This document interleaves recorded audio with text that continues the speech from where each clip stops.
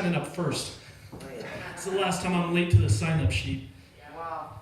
Oh, shit, man. That was good, Bruce. I liked it. Thank you guys for still being here.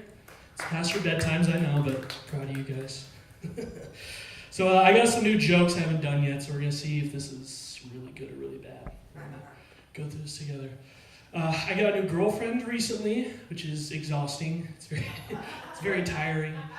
She's great though. She's a really bad driver, like fucking horrendous driver. Like her driving is like a little kid with a coloring book. Like she just can't stay between the lines at all. And she asks me stupid questions now. She's like, "Where do you see us in the future?" And I'm like, 2 little crosses on the side of the highway if you don't learn how to fucking drive. And she's gonna kill us, I swear to God. She's dangerous behind the wheel. It's fucking horrible. But yeah, having a girlfriend she just takes up so much time, you know? She's like, it's just draining. She's like Donald Trump in a swamp, you know? I wasn't expecting that one to go off, that's okay. I live with my dad still, and my dad's pretty rude. Like the other day, he was like, "Are you in the closet?" Like he literally asked me if I was in the closet, and I got defensive. I was like, "No, Dad, I'm not in the closet. What the fuck? Why would you think that?" And I got defensive, and not because I'm homophobic. I got defensive because I'm claustrophobic. Okay, I couldn't stay in a closet for more than 2 minutes. I hate closed spaces. It's fucking horrible. But yeah, my dad told me I sleep too much, and I told him he doesn't support my dreams. So that's a little trade-off. Yeah, I live with my dad, so it's pretty interesting. Last week I woke up in the morning and I had to take a number 2. That's poo-poo for you guys that don't know the codes, okay? Number 2 is poo-poo. And I went in the bathroom, and it was early in the morning, I was tired, so I was groggy, I just sat down. And I sat down in like a pool of my father's urine from the night before he left. And not like a kiddie pool, okay? This was like an Olympic-sized pool of urine he left.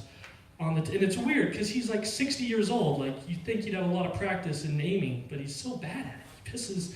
It looks like he's pissing through a screen door. Honestly, it just gets all over the toilet. It's disgusting. I mean, does it look like he just slaughtered a whole family of lemon heads? Yes. But am I going to say anything? No, because he's my father and he pays for most of my stuff. So I don't say anything to him.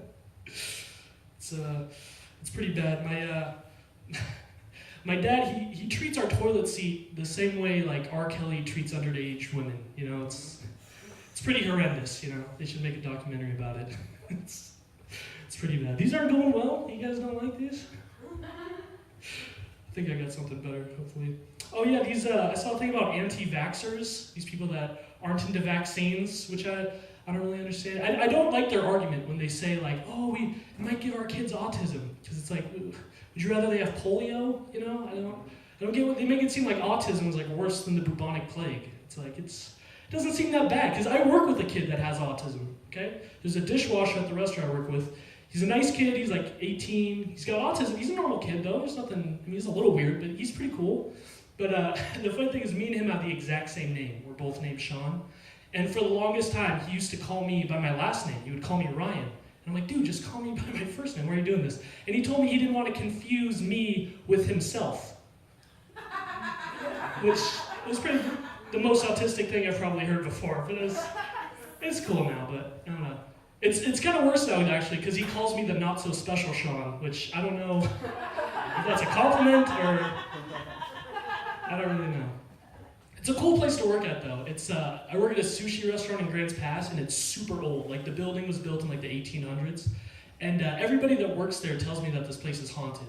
Like, everybody that works there has, like, a ghost story, but everyone that works there also drinks on the job, so, like, I don't know how much that's contributing to their paranormal activity, but my boss told me the best story, the best ghost story. And because he lives upstairs, he lives right above the restaurant. And he told me one night he was downstairs by himself, and it was really late at night, and he said he saw someone, like a shadowy figure, standing in a corner of this room. And he said he like stopped and looked at him, and he said as soon as he looked at the shadowy figure, the power went out, and he shit his pants. Okay? My boss is telling me this story at work. I'm like, "What the fuck? You shit your pants? Like, what did you do next?" He told me he ran upstairs to grab a flashlight and change his pants, obviously, you know. And he said he came back downstairs, he kicked the door open, and he said as soon as he turned on the flashlight, the power came back on, no one was there, and he shit his pants again. Okay? This is my boss. Do you guys understand that? Okay? Poop came out of his butt and went into his pants twice. All right? This guy sends my paychecks. Like, I'm supposed to take him seriously now? But I was just thinking, like, this, he has to be telling the truth, right? Because who would make up a story where they shit their pants twice, right? No one would do that. It's crazy. So now I wear a diaper to work every day because I don't want that shit to happen to me, you know? It's just, I don't want to shit my pants if I see a ghost.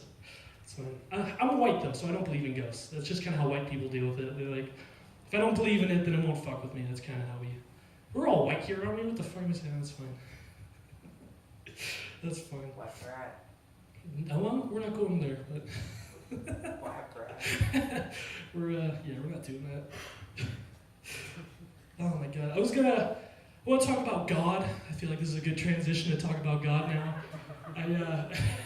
I was raised like Christian, you know, like everybody else is, but like now I think I'm more agnostic because I feel like humans aren't meant to understand what God is, you know? Like those people that say they understand God, those people really confuse me because it's like, I can't even look at the sun for more than 5 seconds without like blinding myself, you know? Like, we're human beings. If you look at the sun for 5 minutes, you'll fuck up your eyes for the rest of your life, and you're supposed to understand God? Like, I don't buy it, you know? I can't eat ice cream too fast without my head hurting, and I'm supposed to understand who God is, you know? And I don't like the people that are like, oh, I have a relationship with God. It's like, oh, really? You have a relationship with God? You guys fucking pen pals or something? You send each other memes on Instagram? I don't get it. It's ridiculous to me, but my name's Sean, and that's all I got for you guys.